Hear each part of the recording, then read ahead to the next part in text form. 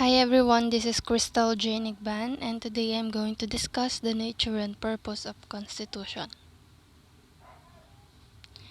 Um, it says here that serves as the supreme or fundamental law of the land. It is the charter creating the government. It is binding all the individual citizens and all organs of the government. It is the law to which all other laws must conform. And in addition to this, the nature of constitution must strengthen its power, enable to maintain balance and relationship between government and its people. Moreover, constitution is said to be a framework that set rules, but it should be more efficient in the rules they are going to prepare for the betterment of its nation. And another one is establishes basic framework and underlying principles of government. It says here that the purpose of constitution is to prescribe the permanent framework of the system of government and to assign to the different departments their respective powers and duties, and to establish certain basic principles on which the government is founded. It is primarily designed to preserve and protect the rights of the individuals against arbitrary actions of those in authority. Likewise, it limits the action of every individual citizen. And also, it dictates permanent framework of the government to form a more perfect union to establish justice and ensure peace of the nation. Constitution provide principles how the government can run itself. Following the rules and laws written in the constitution of each state keeps them balanced and effective government to the state and people. Thank you so much. Kinds of constitution. 1. As to their origin and history. 2. As to their form. 3. As to their amending. The conventional or enacted is formally repealed at a certain time and place as a result of a conscious and deliberate effort made by a constituent body or ruler. Example of this is Constitution of Japan in 1889. Japan's leaders wanted to write a constitution that defined Japan as a capable modern nation worthy of Western respect while also protecting their own power. The cumulative and evolve is the consequence of political evolution, not of any single period, but changing by a certain rather than any systematic technique. Written constitution is a formal document that clearly defines the essence of the constitutional settlement, that law, that government and political system as well as the citizen rights and governments. Most countries use written constitution. The India, Germany, France, and the United States have written constitution. Unwritten constitutions, a constitution that is not contained in a single text but mainly based on tradition and practice as expressed in statutes and court decisions. The United Kingdom, New Zealand, and Israel are the examples of unwritten constitution. Rigid or inelastic. It takes place over other laws in the country which is flexible or elastic do not. A constitution that is different or is slow to change, typically as a result of a detailed and time-consuming amendment procedure. The example of this constitution is Australia. Flexible or elastic. A constitution that may be updated through the normal legislative process, making it relatively simple to change. The example of this is Constitution of British and Israeli. Good day, everyone. I'm Summer Ordonez, and today I will report the Constitution of the Republic of the Philippines Malolos Constitution. The only constitution ever framed by Filipinos is what is known as the Malolos Constitution, taking its name from the capital of the Filipino revolutionary government. This constitution, to be understood, should be viewed in relation to its background. So, the Malolos Constitution, named after the capital of the Filipino revolutionary government, and is the only constitution ever drafted by Filipinos. It established a democratic republican government with three branches: the executive, legislative, and the judicial branches. It called for the separation of church and state. Also, the Malolos Constitution before was headed by Felipe Calderon and aided by Cayetano Arellano. And ang Malolos Constitution ang first Republican Constitution dito sa Asia. So, the Constitution was inspired by the Constitution of Mexico, Guatemala, Costa Rica, Brazil, Belgium, and France. So, after may revise na maraming beses ang Malolos Constitution, yung final draft ay binigay kay Apolinario Mabini. So, the Political Constitution of 1899, or in Spanish, Constitución Política de 1899, informally known as the Malolos Constitution, was the basic law of the First Philippine Republic. After a lengthy debate in the latter part of 1898, it was promulgated on 21 January 1899. It established on the First Philippine Republic. So, after ng mahabang debate sa year 1988, the First Philippine Republic was inaugurated in Malolos, Bulacan, which is the Malolos Constitution, on January 21, 1899. So, during that year, si Emilio Aguinaldo ang na-elect as President ng Pilipinas at si Apolinario Mabini naman ang na-elect as Prime Minister nung time na yon. The Malolos Constitution was the first important state document that the Filipino people, speaking through their representatives, had ever produced. Republican in orientation, the Congress worked so hard to have a constitution for the people, which was democratic in its aspects. It is unique for three reasons. So, ang Congress, they work so hard para gumawa ng constitution for the people. Yung constitution na kung saan pumapasok ang demokrasya, kung saan may kalayaan tayong mga tao na mamuno at pumili ng karapat-dapat na umupo sa pwesto. So, it is stated that the Malolos Constitution is unique because of three reasons.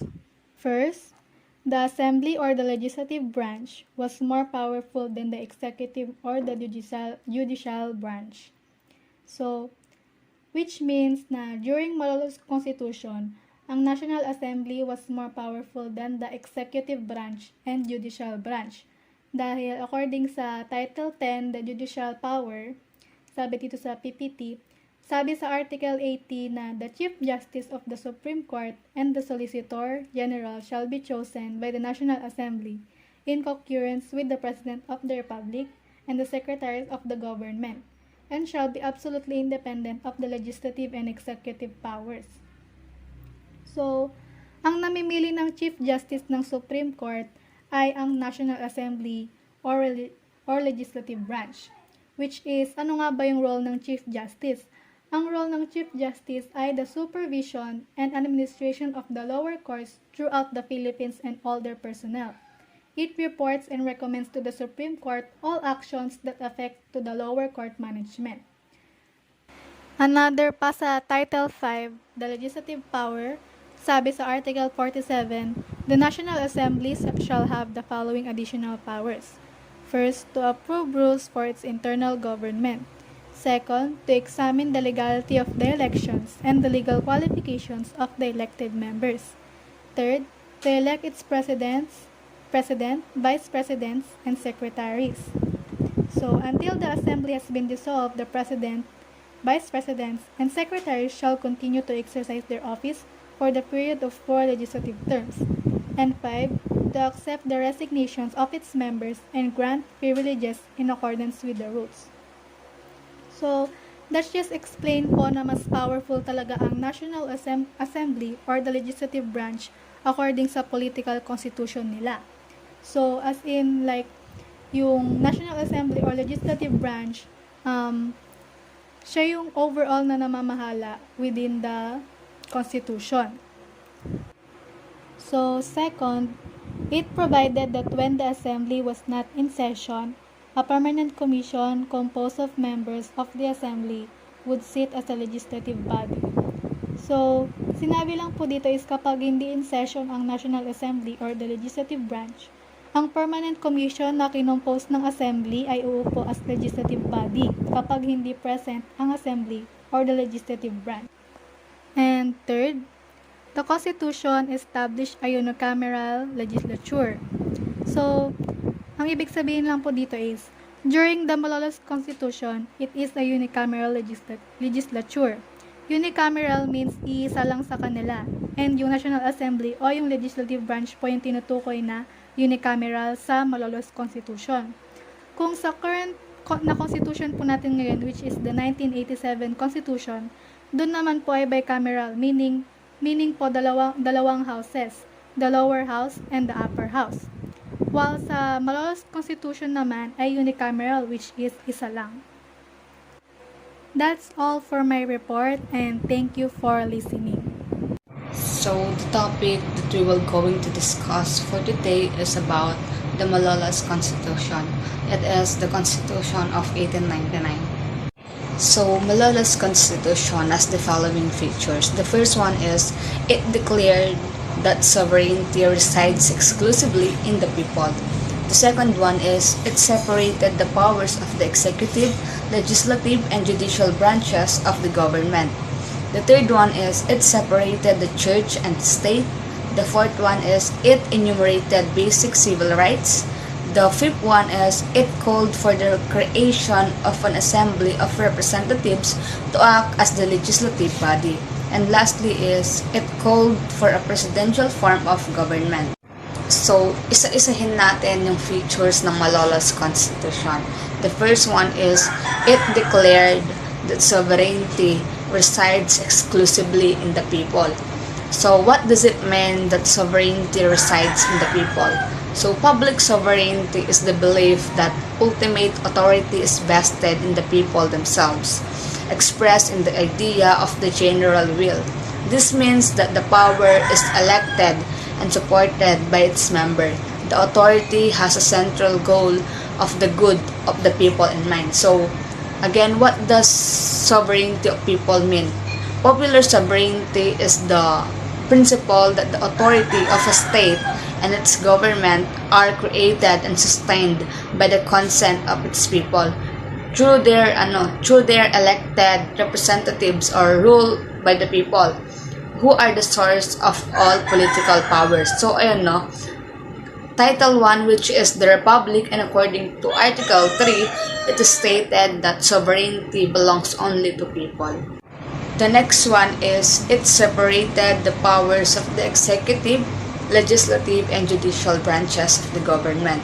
So, according to Article number 4, the government of the Republic is popular, representative, alternative, and responsible, and shall exercise three distinct powers, namely the legislative, the executive, and the judicial. Any two or more of these three powers shall never be united in one person or cooperation, nor the legislative power vested in one single individual. So meaning, every person or cooperation, dapat iisang power lang ang meron siya. It's either the legislative, the executive, or the judicial. So, what are the difference between the legislative, executive, and the judicial? So, legislative, the power they have may include passing laws, establishing the government budget, confirming executive appointments, ratifying treaties, investigating the executive branch, impeaching and removing from office members of the executive and judiciary, and redressing constituent grievances. So, the legislative branch enacts legislation, confirms or rejects presidential appointment, and has the authority to declare war. So, this branch includes Congress, the Senate and House Representatives, and several agencies that provide support services to Congress. So, in simple word, the legislative branch is authorized to make laws, alter them through the power vested in the Philippine Congress. The executive branch carries out and enforces laws. It includes the president, the vice president, the cabinet, the executive departments, independent agencies, boards, and commissions. And the judicial branch, they interprets the meaning of laws, applies laws to individual cases, and decide if laws violated the Constitution. The judicial power shall be vested in one Supreme Court, and in such lower courts as may be established by law. The judiciary is made up of court, Supreme, Circuit, the magistrate or the local and municipal or city courts. So in simple words, legislative branch is the lawmaking body, executive branch is the law enforcing body, and lastly, the judicial branch is the law interpreting body. The next one, it separated the church and the state. According to Article number 5, the state recognizes the freedom and equality of all religions, as well as the separation of the church and the state. Separation of church and state is the idea that government should remain neutral towards all religions and not officially recognize or favor any one religion. And the separation of church and state, church refers to religion in general, while state refers to the government. So, nakasaad sa Title 3, Article 5 is yung separation ng church and the states. That's why it is important to have a proper understanding of what separation of church and state really means. So, the next one, it enumerated basic civil rights. Matatagpuan ito sa Title 4 with all of its article. Pero pag-uusapan natin is yung article number 6. Sabi niya dito, the following are Filipino. All persons born in the Philippine territory, a vessel of Philippine territory is considered, for this purpose, as part of Philippine territory. Kapag pinanganak ka dito sa Pilipinas, you are a Filipino. And children of a Filipino father or mother, although born outside of the Philippines, Filipino ka pa din even though ipinanganak ka sa labas ng bansa. Kung meron kang isa sa mga magulang mo ay Filipino. And lastly, foreigners who have obtained certificate of naturalization. Those who, without such certificate, have acquired a domicile in any town within the Philippine territory. So ito naman ay para doon sa mga foreigners na nagpa-naturalize. Doon napanganak sila outside the country and wala silang parents na Filipino, they can still be Filipino through the process of naturalization. The next one, it called for the creation of an assembly of representatives to act as the legislative body. That is the Title 5, which is the legislative power. And the last one is, it called for a presidential form of government. Ito ay makikita doon sa Title 6 and Title 8 ng Malolos Constitution. And the Title 6 is the Permanent Commission. The Title 8 is the President of the Republic. So, here is the preamble of Malolos Constitution. We, the representatives of the Filipino people, lawfully convened in order to establish justice, provide for common defense, promote the general welfare, and ensure the benefits of liberty, imploring the aid of the sovereign legislator of the universe for the attainment of these ends, have voted, decreed, and sanctioned the following provisions of the Constitution. So ayan, pag-usapan natin yung ilan sa mga title and articles of the Malolos Constitution. So ayon sa ikalawang titulo at pang-apat na artikulo, o tinatawag ding ang gobyerno sa ilalim ng Malolos Constitution. Ang gobyerno ng Republika ng Pilipinas ay popular, representatibo, alternatibo, at responsable. At may tatlong sangay na may iba't ibang kapangyarihan, katulad ng legislative, executive, and judicial. Kahit isa o dalawa rito sa kapangyarihan ito ay hindi dapat mapunta sa iisang tao o iisang korporasyon. Ang una ay ang legislaturang sangay, na matatagpuan sa ikalimang titulo o ang the legislative power ng Malolos Constitution. Dito, pinahihintulutang gumawa ng batas, mag-amyenda, at magsawalang bisa ng mga ito gamit ang kapangyarihang ibinigay sa Kongreso ng Pilipinas. Kabilang sa Kongreso ang mga kinabuuan mula sa iba't ibang probinsya na ang ilan sa kanila ay inihalal, habang ang iba naman ay itinakda. Naudlot ang pagpapatupad ng legislaturang ito dahil sa pagdating ng digma ang Pilipino at Amerikano. So, ano nga ba ang power and duties of the legislative branch? Una is to make laws. Pangalawa, alter or improve the laws. Number 3, improve or set for taxes. Number 4, approve the national budget and approve and reject the president appointments. So, legislative branch is under the bicameral system. The House of Congress is composed of upper house or the senators and the lower house or the House of Representatives. So, what is Senate? The Senate is composed of 24 senators who are elected at large by the qualified voters of the Philippines. The term of office of the senators are 6 years. So, 6 years yung itinakda na pagsisilbi ng mga senators sa atin. Then, ano nga ba yung mga qualifications to be a senator? So, una, natural-born citizen of the Philippines. Pangalawa, at least 35 years of age prior to the election, can read and write, registered voter, and a resident of the Philippines for at least 2 years prior to the election. So, kapag so, karamihan pala sa atin is pwede na maging senator if ever man. Lalo kapag nasa tamang edad na. Kasi, naman natin na marami sa atin ang can read and write naman and registered voter. So, napakababa ng qualification to become a senator. So, moving on sa House of Representatives. The House of Representatives is composed of not more than 250 members, unless otherwise fixed by law, elected from districts within provinces, cities, Metropolitan Manila, and a registered party list organization. So, the current members of the House of Representatives is composed of 287, 15th Congress of the Philippines. So, the House of Representatives is composed of 287 representatives ngayon sa 15th Congress. Then, the term of office for the members of the House of Representatives is half of the term of the senators, which is 3 years lang.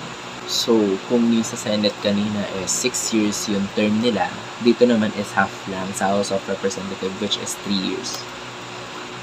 Then, ito naman yung qualifications to become a member of the House of Representatives. Una, a natural-born citizen of the Philippines. Pangalawa, at least 25 years of age prior to the election. And a registered voter in his or her district, except for party list. So, may exception siya. So, lastly, a resident of the Philippines for at least 2 years prior to the election. So, sobrang baba ng qualifications to become a member of the House of Representatives. Then, ito, sabi niya dito is remember, no senator shall serve for more than 2 consecutive terms, while no representative or congressman shall serve for more than 3 consecutive terms. So, di ba ang term ng senator is 6 years? Then, sabi niya dito, more than 2 consecutive terms. So, yan. No senator shall serve for more than 2 consecutive terms. So, maximum, pwede ka lang mag-serve as a senator for 12 years lang. Wala nang hihigit doon and kasi di na pwede. Then, sa House of Representative naman,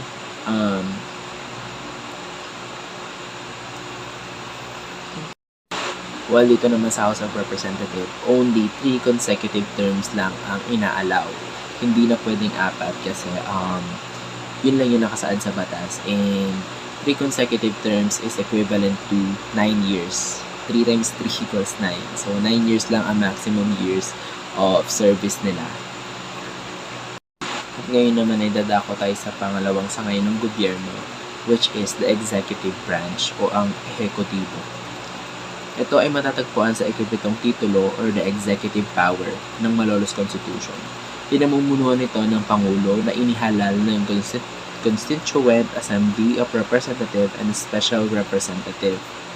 So, what is executive branch nga ba? The executive branch is composed of the president, vice president, and department or cabinet secretaries. So, ano nga ba ang powers and duties ng isang pangulo? Bilang siya yung head ng executive branch. Sabi niya dito, has control over all executive department, bureaus, and officers. Appoints all members of his or her cabinet, then Commander-in-Chief of the Armed Forces of the Philippines. So, sabihin dito, has control over all executive department. So, napakamakapangyarihan pala tayo ng Pangulo. And, sabihin dito, appoints all members of his or her cabinet. So, hindi ini-elect yung member ng cabinet niya, bagkos ay pinipili niya. Siya yung a-appoint kung sino yung gusto niya. Then, Commander-in-Chief of the Armed Forces of the Philippines. So, siya yung pinakamataas Armed Forces of the Philippines. Though, kahit hindi siya nag-training as a AFP, siya yung Commander-in-Chief ng Armed Forces of the Philippines. Then, sabi niya din dito, ensure the proper implementation of the laws. So, dun sa mga ginagawang batas, kasama pa rin siya doon. Yun lang isang kapangyarihan din niya and duty. Then, head of the state, yun nga, head of the state, kasi nga, syempre, Pangulo, siya yung nasa head talaga sa Pangulo. Then, represent the country in international conferences. And we know this naman na siya yung pumupunta sa mga conferences internationally. Siya yung nakikipag-usap sa iba't ibang bansa regarding with some issues. Then, the president is special powers. So, para siyang superhero. He or she has special powers. So, what are these? The first one is the veto power. Veto power is a power to approve or disapprove a proposed bill. So, dito naman, hindi lahat ng pinopropose na bill is napipirmahan kasi ending yan is kung aaprobahan ba yan o hindi ng Pangulo. So, kung ayaw niya, o di niya pipirmahan, kung gusto niya, pipirmahan niya. Ganun. So, nasa kanya yung huling decision sa mga proposed bill. Then, the second one is power of eminent domain. A power to take private property for public use. Example, road, highways, and bridges. So, for example, dito, example ko naman dito sa bahay namin. For example is, nagpaplano siya magpatayo ng isang building tapos matatamaan tong bahay namin. Pwede siyang, pwede niyang bilhin tong property namin kahit na ayaw namin. Babayaran na lang kami, parang gano'n. Parang, okay lang na i-take niya yung property namin kasi isa yung special power niya. Lalo kung for public use yung purpose ng building na itatayo. Then, ito, sa last naman, power of appointment or removal. Power to appoint or remove appointed secretaries. So, if ever man na ayaw na sa'yo ng president bilang secretary ka, pwede kayong tanggalin. Ganun. Yun yung kapangyarihan niya. Pwede kayong tanggalin or mag-appoint na lang siya ng iba tapos tanggalin. Ganun. So, pangalawa naman is the vice president. So, what is the role of the vice president? Una, performs tasks and assignments ordered by the president. So, dito nakasaad na siya yung magsasagawa ng mga tasks and assignments ordered by the president. So, kailangan yung vice president is sumusunod pa rin sa president. Kasi, syempre, di ba, mas mataas pa rin yung president. Kaya, dapat susunod tayo. And be a member of the cabinet which the president assigns to him or her. So, member din siya ng cabinet ng Pangulo. So, member pa rin siya doon. So, sa mga member ng cabinet ng presidente, kasama pa rin or kabilang pa rin ang vice president.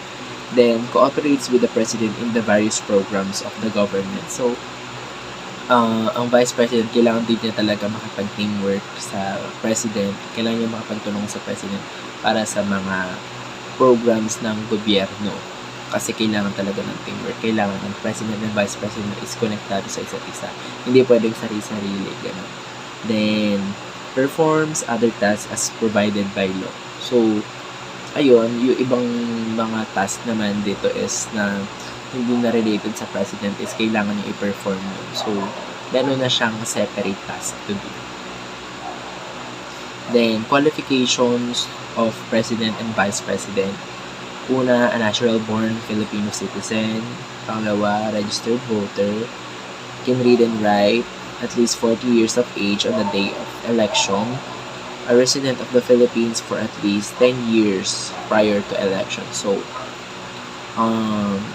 wala talaga. Mababa talaga yung qualification to be a president and vice president of the Philippines. Then, the cabinet secretaries naman, the members of the cabinet are all appointees of the president. Cabinet members perform their tasks in accordance with the president's program for development and progress.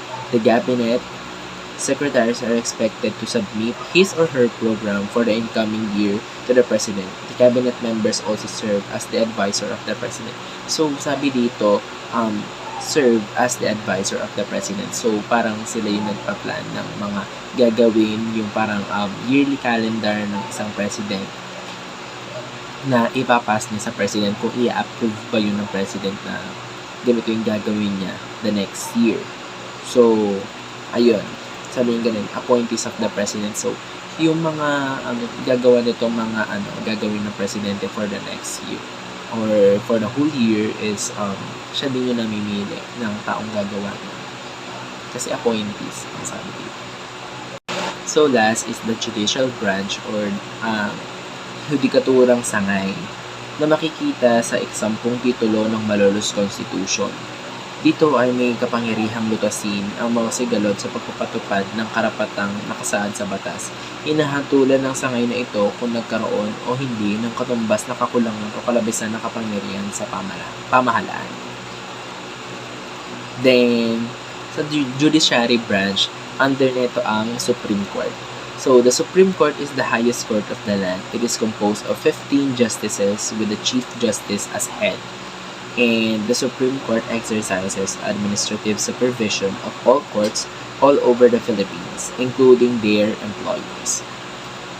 Then, ano nga ba ang qualification to become the member of the Supreme Court? Sabi, must be a natural-born citizen of the Philippines, must be 40 years old, then last, must have served as a judge of a lower court for at least 15 years or engaged in the practice of law in the Philippines. Then, ano nga ba ang power and duties of the judicial branch? Exercise original jurisdiction over cases affecting ambassador, review, revise, reverse, modify, or affirm appeals, final judgments, and order of the lower courts. Then, terms of office, sabi dito, all members of the judiciary enjoy permanent status. The Supreme Court justice cannot be removed from office unless by impeachment. So, hindi sila pwedeng galawin ng presidente, di ba? Like, kung nabalitaan niyo sa issue nun kay Leila de Lima as the Chief Justice of the Supreme Court, hindi siya pwedeng i-impeach ng Pangulo. Kasi nga, walang pakialam yung Pangulo dun sa Supreme Court.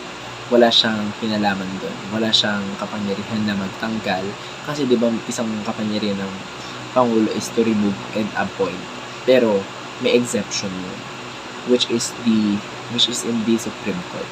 And sabi niya dito, so the Supreme Court justice cannot be removed from office unless by impeachment. So, impeachment lang talaga yung kailangan para ma-remove ang isang Chief Justice head. So, those in the inferior courts can be removed by the Supreme Court but only for just causes. The age of retirement for members of the judiciary is 70 years old. So, may maximum age pala dito sa judiciary branch kung kailan ka magre-retire, which is 70 years old. So now, we are finished about the Malolos Constitution and the other title and articles regarding with this Constitution. Thank you for listening. 1935 Constitution. This constitution was approved by President Franklin Roosevelt of the Tidings-McDuffie Law on March 24, 1934, and it was ratified by the Filipino electorate or Filipino voters on May 14, 1935.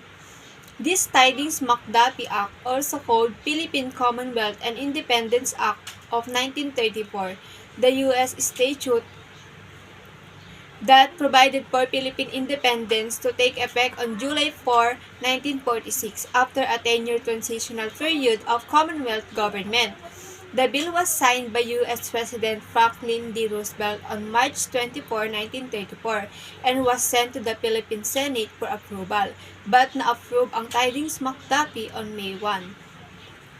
The 1935 Constitution ay ginawa for the structure of the Constitution of the United States, but marami pa rin dito ang itinadhana for the desire and thoughts of the Filipinos. Still, mayroon ding mga provision for the America dahil ang unang nagpatibay sa 1935 Constitution is the President of the America that time, which is President Roosevelt. The 1935 Constitution was adopted by the Commonwealth Government of the Philippines from 1935 to 1946. This constitution did not contain original ideas of government. While the dominating influence was the Constitution of the United States, other sources were also consulted by the framers o yung mga tagaplano o gumagawa ng bagong batas. Particularly, the 1898 Malolos Constitution and the three organic laws that were enforced in the Philippines before the passage of the Tidings-McDuffie Law, namely the instruction of President William McKinley to the Second Commission on April 7, 1900, the Philippine Bill of July 1, 1902, and the Jones Law of August 26, 1916, which of the three mentioned was the nearest approach to the written Constitution. The Constitution, as approved by the 1935 Constitutional Convention, was intended both for the Commonwealth and the Republic. The government established by this Constitution shall be known as the Commonwealth of the Philippines. Upon the final and complete withdrawal of the sovereignty of the United States and the proclamation of the Philippine independence, the Commonwealth of the Philippines shall henceforth be known as the Republic of the Philippines. In like manner, this constitution was also used by the Third Republic of the Philippines.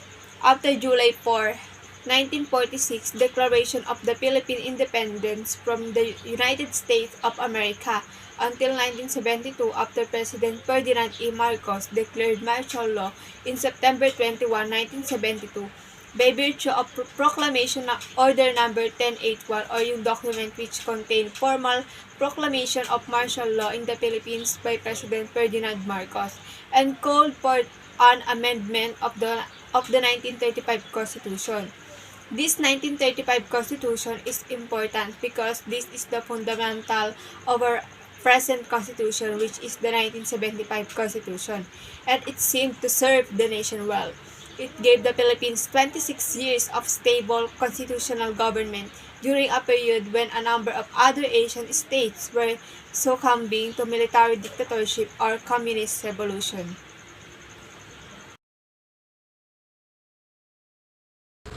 This constitution was amended 3 times.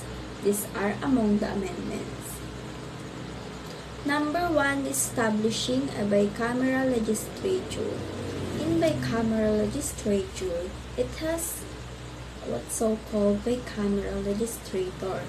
It composed of Senate and House of Representatives. It gives equal representation to each state in the Senate and representation based on population in the House of Representatives. Number 2, allowing the re-eligibility of the President and the Vice President for a second 4-year term of office. The President and Vice President was elected to a 4-year term without re-election. Number 3, creating for a separate commission on elections. A constitutional amendment to the 1935 Constitution to create an independent electoral commission, transferring to it functions exercised by the Department of Interior on the conduct of elections. Number 4 is the inclusion of the Parity Amendment, which gave way to American citizens equal rights with the Filipinos in the exploitations of our natural resources and the operation of the public utilities. And last, number 5, which is allowing the women the right to suffrage as per plebiscite, held on April 30, 1937, according to Hector S. de Leon way back 2011. The National Assembly in the Philippines announced the plebiscite in 1937, which would decide whether or not women should gain the right to vote. Multiple women's movements started during 1910, which led to the plebiscite in 1937, where women voted for or against for women's suffrage. If I'm not mistaken, 447,725 women reportedly voted yes and 44,307 voted no. The 1935 Constitution has the following features. Number 1, aiming to meet the approval of the American government.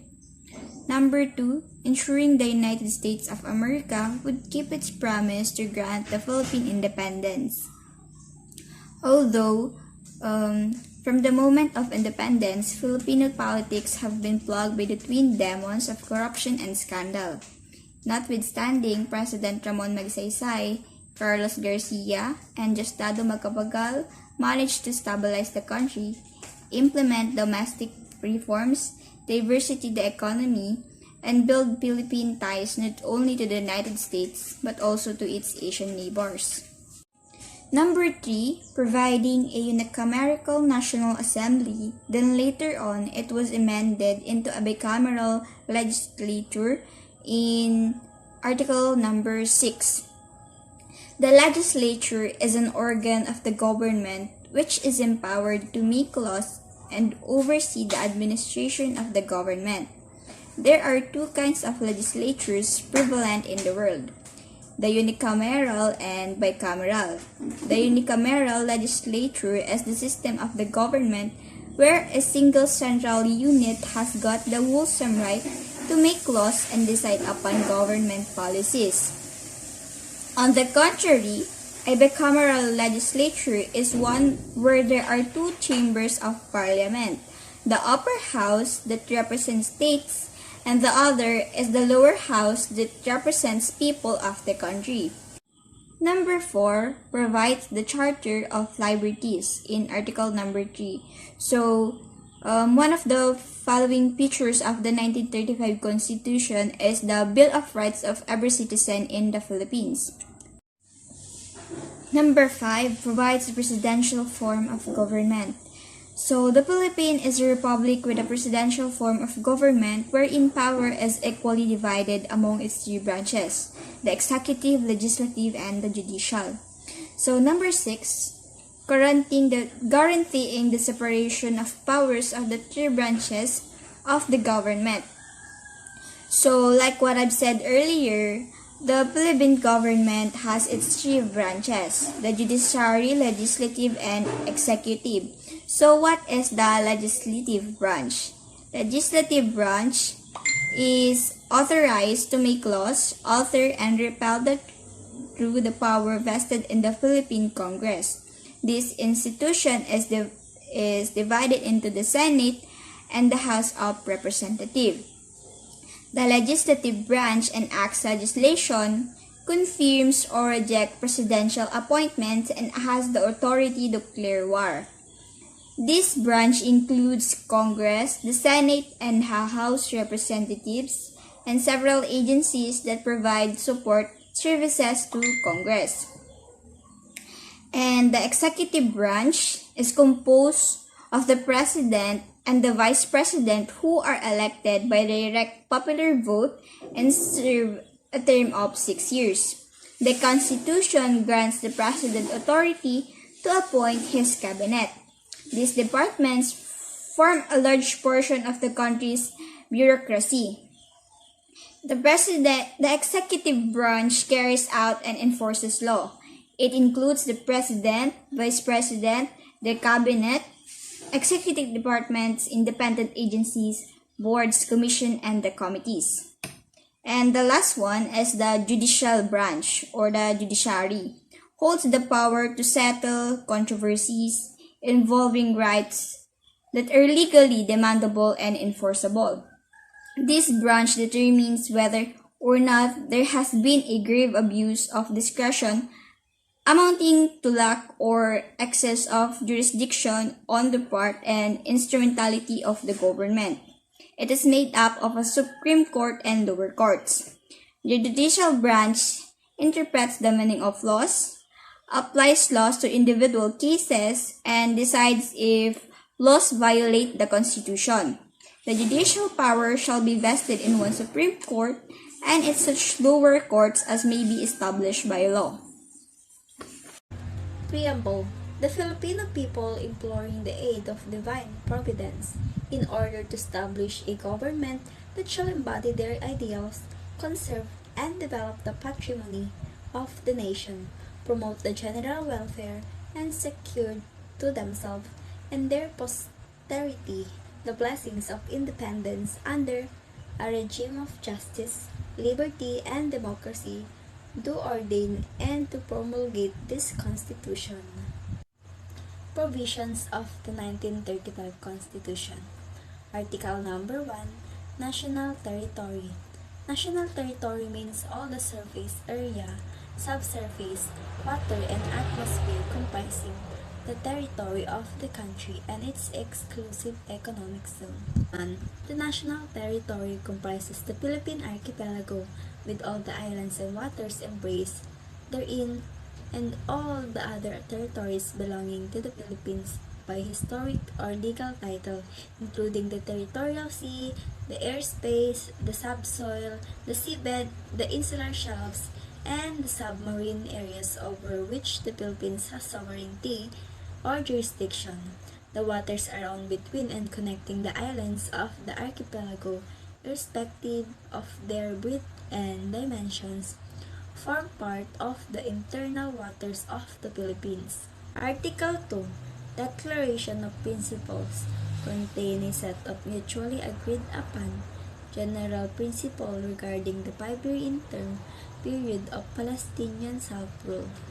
Originally, Declaration of Principles have 10 sections. Article 3, Bill of Rights, a document containing a formal statement of rights, a patient's Bill of Rights specifically, a summary of fundamental rights and privilege guaranteed to a people against violation, use especially of the first 10 amendments to the U.S. Constitution. Article 4, Citizenship. Section 1. The following are citizens of the Philippines: those who are citizens of the Philippines at the time of the adoption of this Constitution, those whose father and mothers are citizens of the Philippines, those who elect Philippine citizenship pursuant to the provisions of the Constitution of 1935. Article 5. Suffrage. Suffrage in representative government, the right to vote in electing public officials and adopting or rejecting proposed legislation. Section 1. Suffrage shall be exercised by citizens of the Philippines not otherwise disqualified by law, who are 18 years of age or over and who shall have resided in the Philippines for at least 1 year and in the place wherein they propose to vote for at least 6 months preceding the election. No literacy, property, or other substantive requirement shall be imposed on the exercise of suffrage. Article 6. Legislative Department. So, what is Legislative Department? It is made up of the House and Senate, known collectively as the Congress. Among other powers, the legislative branch makes all laws, declares war, regulates interstate and foreign commerce, and control taxing and spending policies. Article 7, Executive Department. Article 8, Judicial Department. Article 9, Impeachment. Article 10, Commission on Election. Article 11, General Auditing Office. Article 12, Civil Service. Article 13, Conservation and Utilization of Natural Resources. Article 14, General Provisions. Article 15, Amendments. Article 16, Transitory Provisions. Article 17, Special Provision effective upon the Proclamation of the Independence of the Philippines. Article 18, the Commonwealth and the Republic. Good morning everyone, I'm Maria Teresa Capitula from Group 1 and we'll be discussing the 1987 Constitution together with my groupmates. Let's proceed first to learning objectives. Number 1, to compare the previous Constitution to the present Constitution, which is the 1987 Constitution. Number 2, appreciate the need of having a Constitution. So, it says here that having a Constitution provides the basis for governance in a country. Halimbawa na lamang kung ano yung kailangan or interest ng mga tao sa isang bayan is kailangang ma-address or mas-solusyonan kung ano man yung problema. And it determines how laws are made.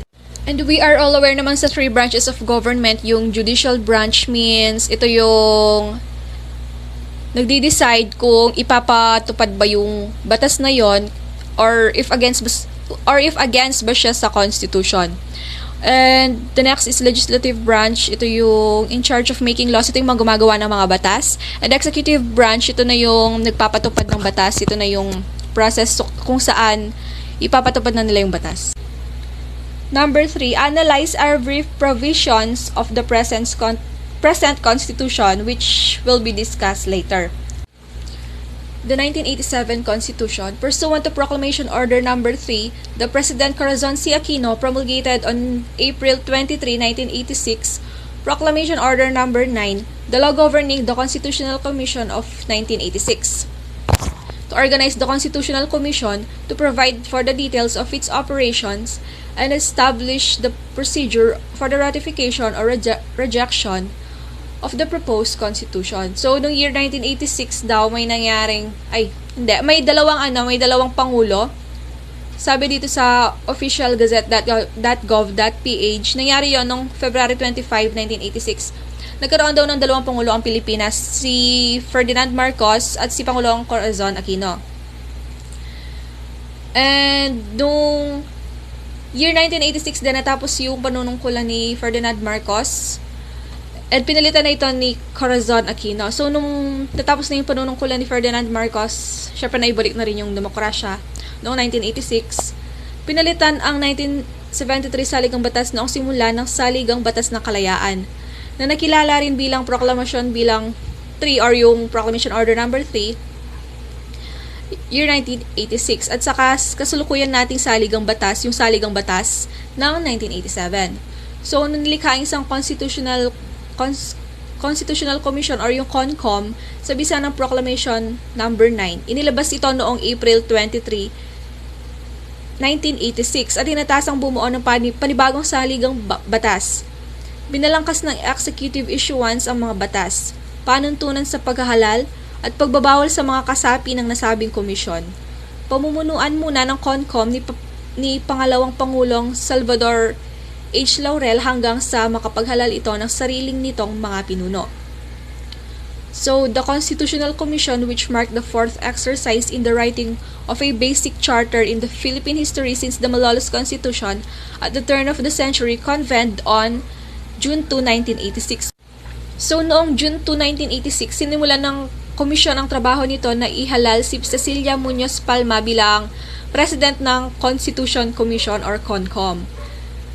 Si dating Senador Ambrosio V. Padilla bilang Vice President ng CONCOM at binatratong mamamahayag na si Napoleon G. Rama bilang floor leader. So, with the Malolos Constitution of 1898, the 1935 Constitution and the 1973 Constitution as working drafts, the Commission, in addition to committee discussions, public hearings, and plenary sessions, conducted public consultations in different parts of the country. So, yung Malolos Constitution of 1898, the 1935 Constitution, and the 1973 Constitution, nagsilbi lamang silang working drafts. So, hindi sila yung documents na hindi na-finalize. And yung na-finalize na documents, na Constitution is yung, eto nga, 1987 Constitution, na na-approve ng Commission on Constitution noong October 12, 1986. 1987 Constitution was drafted in 133 days by an appointed Constitutional Commission of 48 members ratified by the people in a plebiscite held on February 2, 1987. It was largely modeled on the American Constitution, which had so greatly influenced the 1935 Constitution. With its ratification, the Fifth Republic was born. Pinalitan nito ang pansamantalang konstitusyon na nagpawalang bisa sa 1973 Charter. The 1987 Constitution established a representative democracy with power divided among three separate and independent branches of government. Ito ay ang executive, legislative, and judicial. The 1987 Constitution preserved many of the 1935 Constitution. Among its important and new provisions include the following. First, a single fixed term of 6 years for the President. Ang termino ng Pangulo ay 6 na taon lamang at hindi na maaaring kumandidatong muli sa pagkapangulo. Second, the President's power to appoint cabinet members, ambassadors, and consuls. The armed forces from the rank of colonel and up, subject to confirmation by the Commission of Appointments in Congress. Third, the President must, within 48 hours from the proclamation of martial law, submit a report in person or in writing to the Congress. Fourth, the Senators serve 6 years term with a maximum of 2 consecutive terms. The members of the House of the Representatives shall be elected for the term of 3 years and shall serve for no more than 3 consecutive terms. And last, members of the judiciary, although to be appointed by the President, shall be recommended by a judicial and bar council. Ang 1987 Constitution, kung titignan natin, this is a unitary presidential and constitutional republic. Of course, this marks the U-turn of democracy sa Pilipinas. Nandito rin yung pag-describe sa ating konstitusyon na ang civilian authority ay mas mataas kaysa sa military. Sa kasalukuyan, the 1987 Constitution is still being utilized by our government and being enjoyed by the Filipino citizens. Moreover, the 1987 Constitution provides for people empowerment, the recall of elected officials, the appointment of sector representative from labor, peasants, urban poor, indigenous cultural communities, women, youth, and disabled, and the recognition of the role of the people's organization. Also, the declaration of nuclear-free Philippines will prohibit the storing of nuclear arms in the country. So here are the principles of the 1987 Constitution. The first one is the recognition of the aid of Almighty God. So this is a preamble that we're going to discuss or we're going to see on the next slide. So number 2, sovereignty of the people under Article 2, Section 1.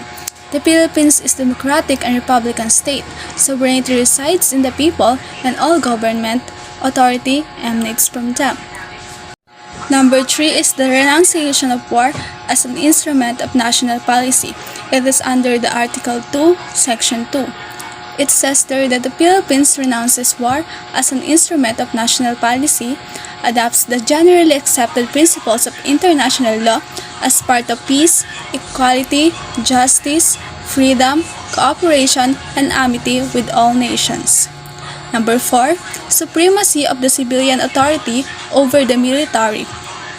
It is under the Article 2, Section 3. Civilian authority is, at all times, supreme over the military.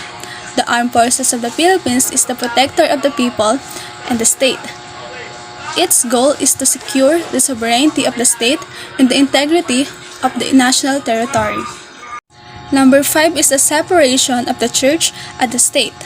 It is under the Article 2, Section 6. State separation of church and state shall be inviolable. Number 6 is recognition of importance of the family as a basic social institution and of the vital role of youth in the nation building. It is under the Article 2, Section 12 and Article 15, or the family. The state recognizes the sanctity of family and life and shall protect and strengthen the family as basic autonomous social institution. It shall equally protect the life of mother and the life of the unborn conception. The natural and primary right and duty of parents in the rearing of the youth for civic efficiency and the development of the moral character shall receive the support from the government. The next one is guarantee human rights, or also known as Bill of Rights, under Article 3. Article 3 has 22 sections. This article is all about the rights of every individual had as a Filipino citizen. It establishes the relationship of the individual to the state and defines the rights of the individual by limiting the lawful powers of the state. Number 8 is government through suffrage. It is under Article 5. So, Article 5 says that the suffrage may be exercised by all citizens of the Philippines not otherwise disqualified by law, who are at least 18 years of age and who shall have resided in the Philippines for at least 1 year, and in the place wherein they propose to vote, for at least 6 months immediately preceding the election. Next is the separation of powers. It is under the Article 6, 7, and 8. The Article 6 was all about the legislative department. Legislative power is essentially the authority of the government to enact laws, repeal, or amend them as well. It has 32 sections. Next is the Article 7, or the executive department. It has 23 sections and it vests executive power on the President of the Philippines. The President is the head of the state and head of the government and functions as the Commander-in-Chief of the Armed Forces of the Philippines. And the Article 8, which talks about the Judicial Department. It has 16 sections. The Judicial Department of the Philippines, or the Judiciary of the Philippines, consists of the Supreme Courts, which is established in the Constitution, and 3 levels of lower courts, which are established through law by the Congress of the Philippines. This is number 10, independence of the judiciary. It is also under the Article 8. Next one is number 11, guarantee of local autonomy. It is on Article 10. It was all about the local government or general provisions. It has 21 sections. Under this, the territorial and political subdivisions of the Republic of the Philippines are the provinces, cities, municipalities, and barangays. The President shall exercise general supervision over local governments. Next is high sense of public service morality and accountability of public affairs. It is under Article 11.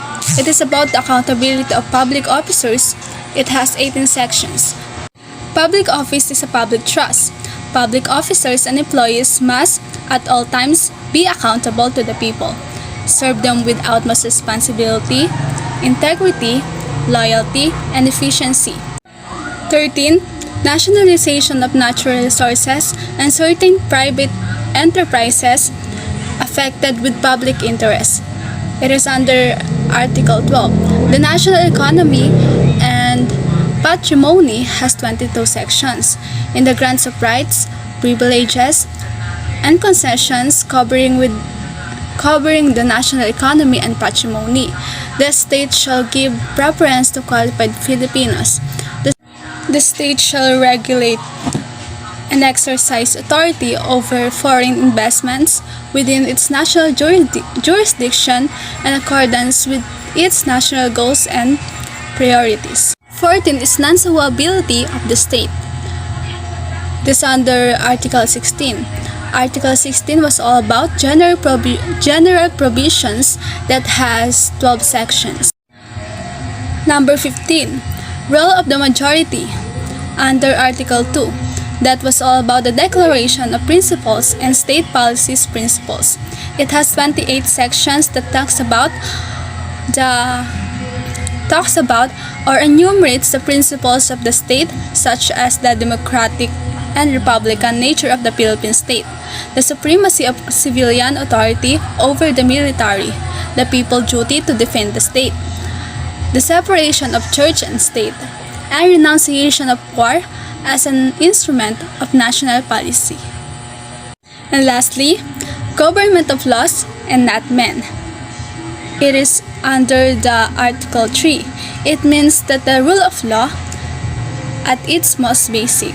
It means that the law applies to everyone equally, that no one is above the law. Free society government rules must be fixed and understandable. So here is the preamble of the recognition of the aid of Almighty God. So we, the sovereign Filipino people, imploring the aid of Almighty God in order to build a just and humane society and establish a government that shall embody our ideals and aspirations, promote the common good, conserve and develop our patrimony, and secure to ourselves and posterity the blessings of independence and democracy under the rule of law and regime of truth, justice, freedom, love, equality, and peace. Do ordain and promulgate this Constitution. Provisions of the 1987 Constitution. Kasama rito yung Article 1, National Territory, Article 2, Declaration of Principles and State Policies, Article 3, Bill of Rights, Article 4, Citizenship, Article 5, Suffrage, Article 6, Legislative Department, Article 7, Executive Department, Article 8, Judicial Department, Article 9, Constitutional Commissions, Article 10, Local Government, Article 11, Accountability of Public Officers, Article 12, National Economy and Patrimony, Article 13, Social Justice and Human Rights, Article 14, Education, Science and Technology, Culture, Arts and Sports.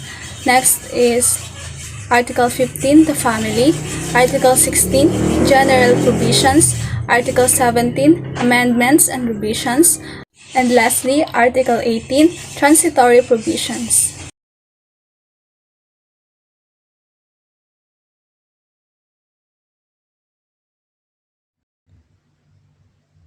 Good morning everyone, I'm Hazel Graspe.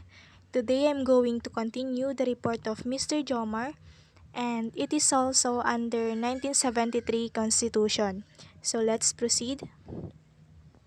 President Marcos, what he called constitutional authoritarianism, extended his presidency that lasted 20 years or 2 decades, the longest in Philippine history.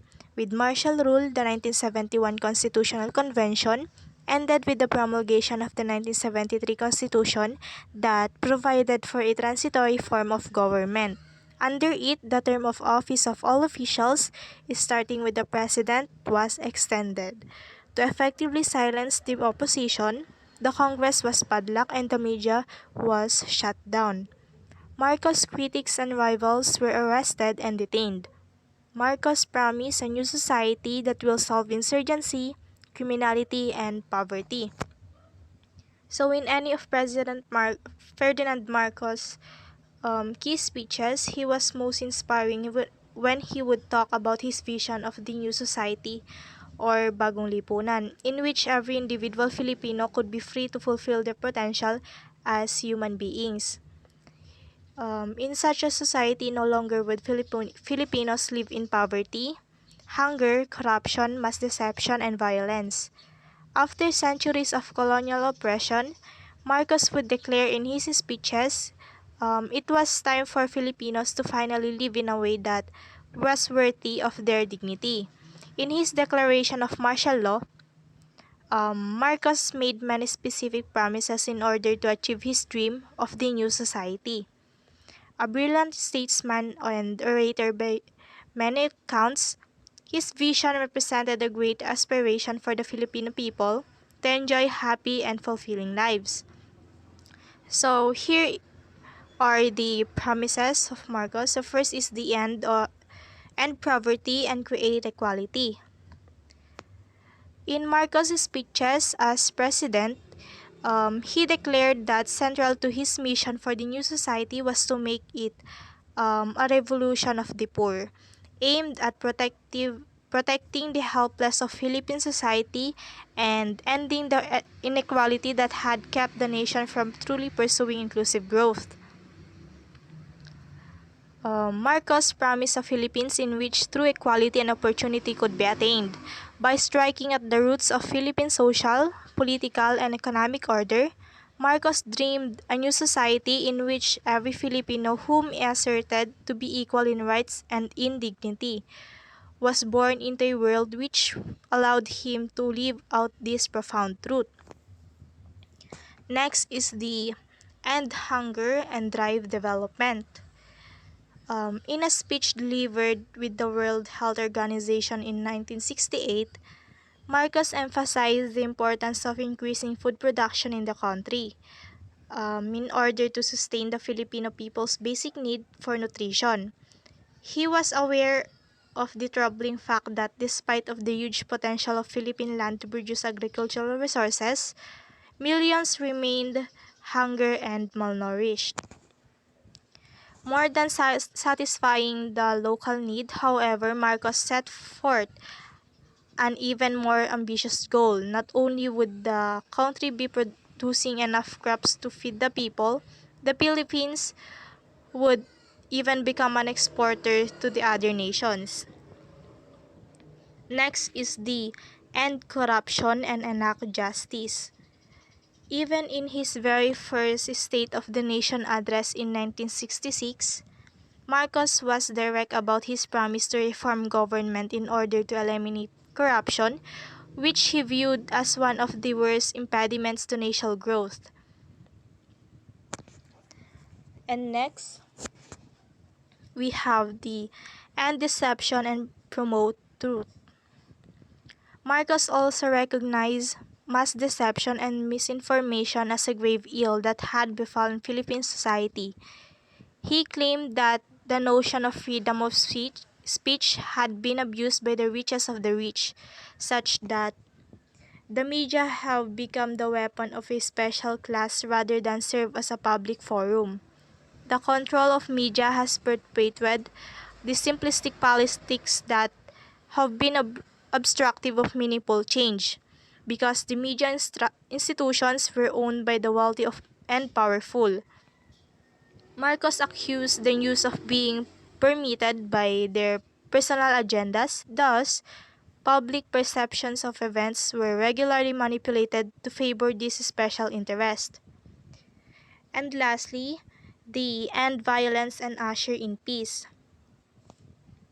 Marcos recognized that alongside these structural ills which afflicted the nation, everyday criminality was likewise rampant in society.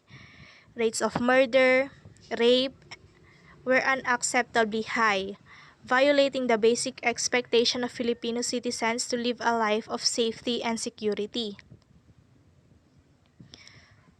On the borders of Philippine territory, sovereignty over Sabah was being challenged by Malaysia, hinting at the tense possibility of war. Most important to Marcos in his vision of a peaceful Philippines was the individual contribution of every Filipino. This entailed the personal dedication and alignment of all the Marcos vision of the new society encapsulated by the mantra, sa ikauunlad ng bayan, disiplina ang kailangan. In his media appearance formally announcing the declaration of martial law in September 23, 1972, Marcos vowed, "If you have offended the new society, you shall be punished like the rest of the offenders." People who have nothing whatsoever to do with such conspiracy and operations to overthrow the Republic of the Philippines by violence or subversion have nothing to fear. So, in conclusion with these promises, Marcos was astute in not only identifying the ills which had long plagued Philippine society.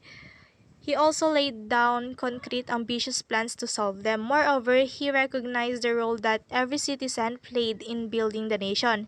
In his 1967 Sona, he describes nation building as a great epic, saying that today the great epic of national development is working itself out in terms of 1,000 acts of courage and faith, a day after day among countrymen, and the whole society is a theater of action.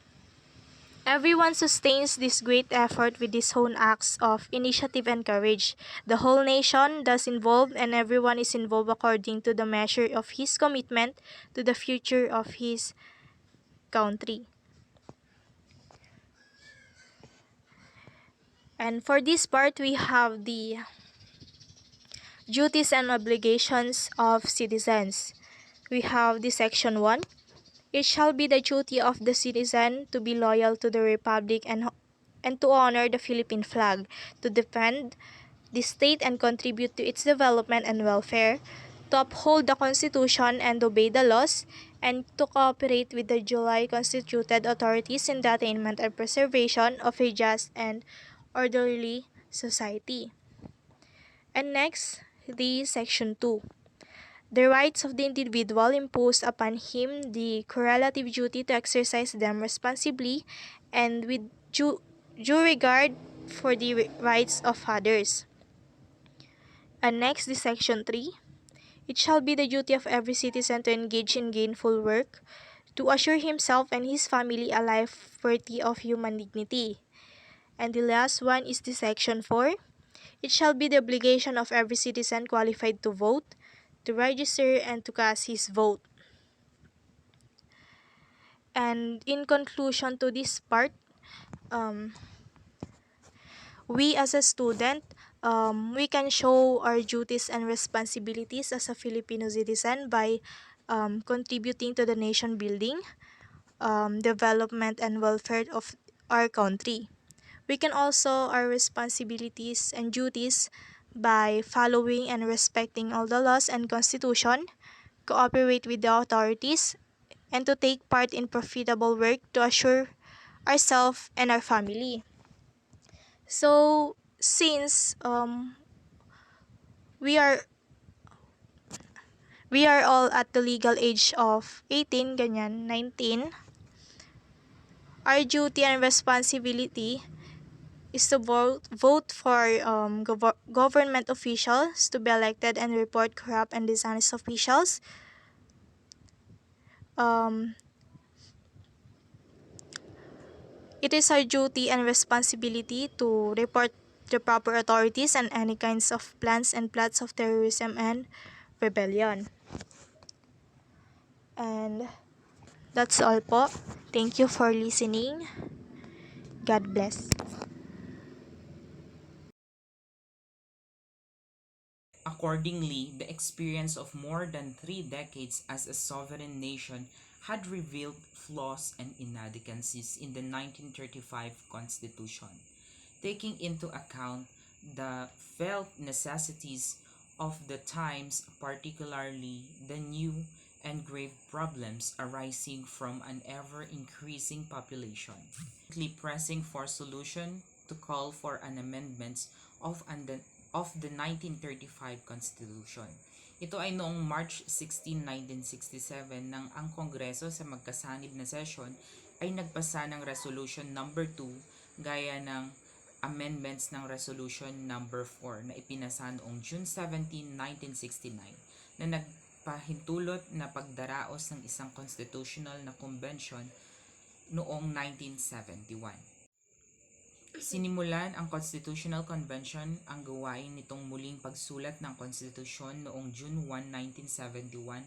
Ang 1935 Constitution ay ginawang basis for the drafting of amendments sa bagong konstitusyon. Ang iminumungkahing konstitusyon ay nilagdaan noong November 30, 1972 But earlier, on September 21, 1972, President Ferdinand E. Marcos issued Proclamation Order Number 1081, placing the entire country under martial law. As you can see in that first table, malaki yung bumoto of pabor to approve the new constitution. Then another table, malaki din yung pabor na hindi na kailangang magpatawag ng plebisito para pagtibayin ang bagong konstitusyon.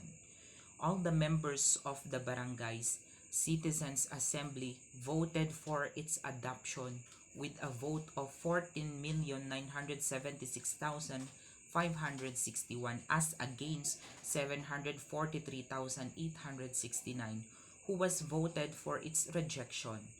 On the question as to whether or not the people would still like a plebiscite to be called to ratify the new constitution, 14,298,814 answered that there was no need for a plebiscite, kaya sa batayan ng mga resulta sa itaas na sinasabing nagpapakita na higit sa 95% ng mga miyembro ng mga barangay ay pabor sa bagong konstitusyon. At sa di umano'y malakas na rekomendasyon ng katipunan ng mga barangay, ipinalabas ni Ferdinand E. Marcos ang proklamasyon Order Number 1102 noong Enero 17, 1973 na pinatunayan at ipinahayag na ang konstitusyon na iminungkahi ng 1971 Constitutional Convention ay niratipikahan ng sambayanang Pilipino at gayon ay nagkabisa.